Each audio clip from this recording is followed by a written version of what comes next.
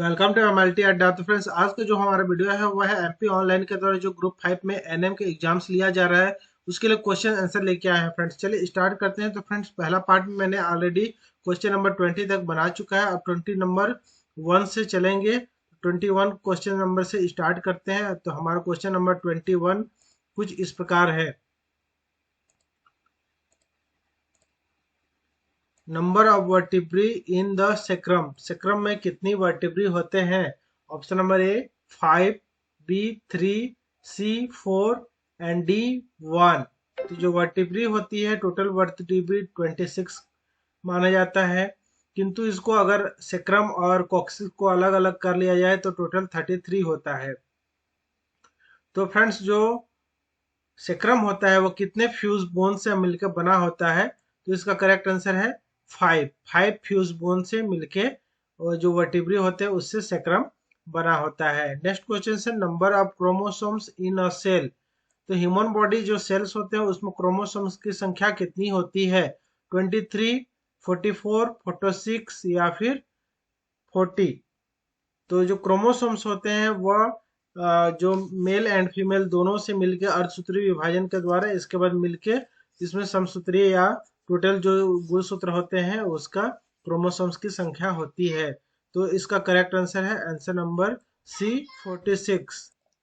Next question, atrial septal defect occurs due to persistence of option number A foramen oval, ductus arteriosus, ductus venosus and mitral valve, and correct answer number A foramen oval. Next questions, fill in the blanks is a water soluble vitamins। तो इनमें से कौन सा water soluble vitamin के उदाहरण है? Vitamin A, vitamin के, vitamin B और विटामिन डी। तो फ्रेंड्स, वाटर जो सोल्यूबल होते हैं वो विटामिन ए, डी, ई और के, और जो विटामिन बी और विटामिन सी जो होते हैं वह वाटर सोल्यूबल होते हैं। बाकी जो फैट सोल्यूबल जो होते हैं वह विटामिन ए, डी, ई और के। तो फैट सोल्यूबल में ए, डी, ई के, और जो वाटर सोल्यूबल होते हैं विटामिन बी और सी होते हैं। Correct answer number C vitamin B हो जाएगा।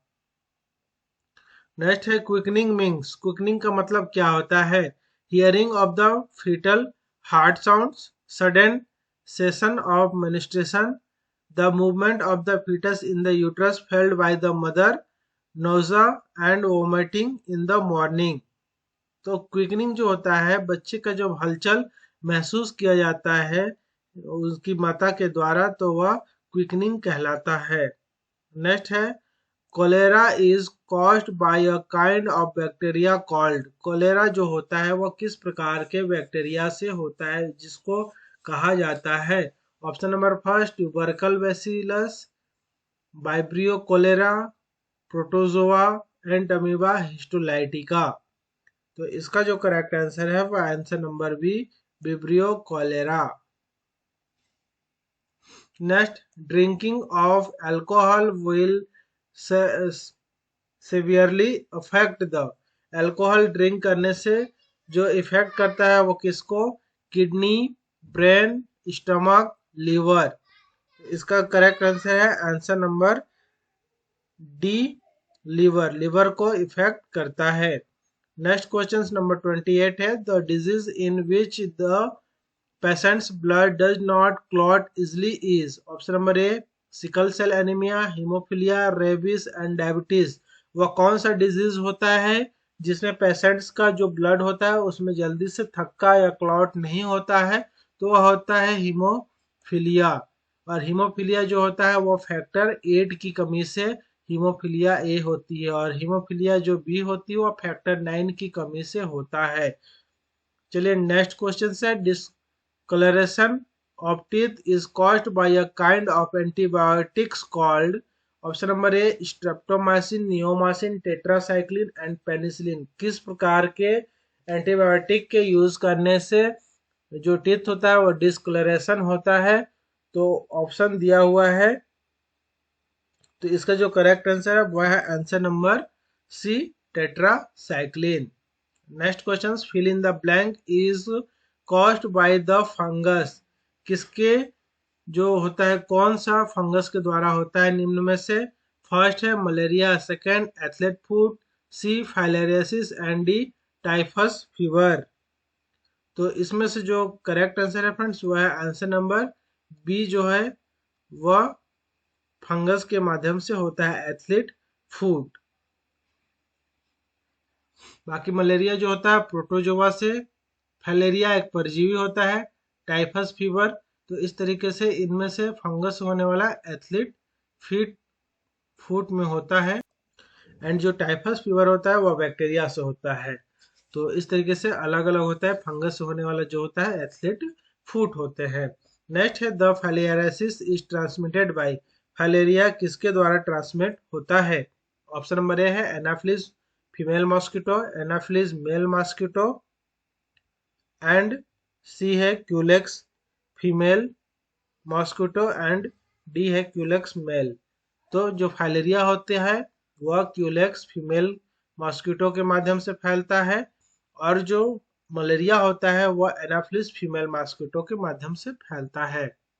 नेक्स्ट है the blood group contain no antibody. वह कौन सा ब्लड ग्रुप होता है जिसमें कोई भी एंटीबॉडी नहीं होता है? आपको पता होगा जो ब्लड होता है उसमें एंटीजन और एंटीबॉडी के आधार पर ब्लड का ग्रुप का डिवाइड किया गया है, जिसमें सभी जो आरबीसी सेल होते हैं उनमें एंटीजन पाया जाता है, और जो प्लाज्मा होता है उसमें एंटीबॉडी पाया जाता है। किंतु किस प्रकार का जो रक्त समूह होता है जिसमें एंटीबॉडी नहीं पाया जाता है? तो इसका करेक्ट आंसर है answer number D, A B. ए बी जो रक्त ग्रुप होता है उसमें एंटीजन तो ए और बी दोनों पाया जाता है, किंतु इसमें जो एंटीबॉडी होता है वह एक भी एंटीबॉडी नहीं होता है। Correct answer number D.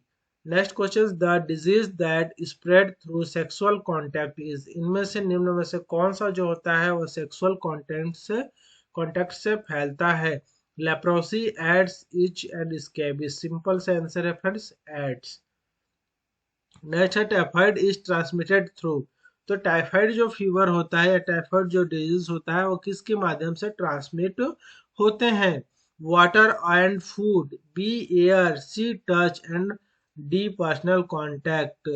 तो इसका जो करेक्ट आंसर होता है वह है वाटर एंड फूड से होने वाला यह डिजीज होता है। जो कंटामिनेटेड फूड एंड वाटर होते हैं उसी के माध्यम से यह टाइफाइड फीवर होता है। इसको आंत्र ज्वर के नाम से भी जाना जाता है, और इसके टेस्ट के लिए विडाल टेस्ट का इस्तेमाल किया जाता है। चलिए अब नेक्स्ट क्वेश्चन देखते हैं। Question number 35, fill in the blanks is example for disease caused by bacteria. बैक्टीरिया से होने वाला इनमें से निम्न में से कौन सा डिजीज है? Cold, typhoid, typhus fever, chicken pox. तो फ्रेंड्स इसमें जो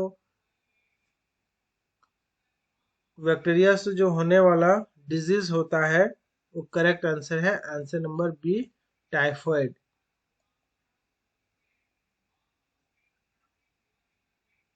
नेक्स्ट है fill in the blanks is the immunity get by the body after the first attack of disease. Option number A natural immunity, passive immunity, artificial immunity, and acquired immunity. And correct answer number D,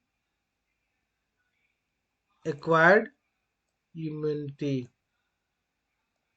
Next question number 37.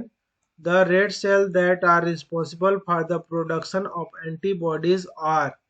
Option number A red cell blood cells, platelets, plasma and white blood cells. तो antibody production के लिए कौन से जिम्मेदार होते हैं? तो ये होते हैं white blood cell. Correct answer number D. Next question number 38, fill in a healthy person can donate blood और कितने टाइम्स एक साल में एक हेल्दी पर्सन ब्लड डोनेट कर सकता है? 6 और 7, 5 और 6, 3 और 4, 2 और 3। तो इसका आंसर है 3 और 4 कर सकते हैं। 3 महीने पे एक बार ब्लड डोनेट करना होता है, कर सकते हैं एक बार ब्लड डोनेट के बाद। इसलिए 1 ईयर में 3 या फिर 4 टाइम्स भी कर सकते हैं। Next, radio active cobalt and radium are used for the treatment of disease.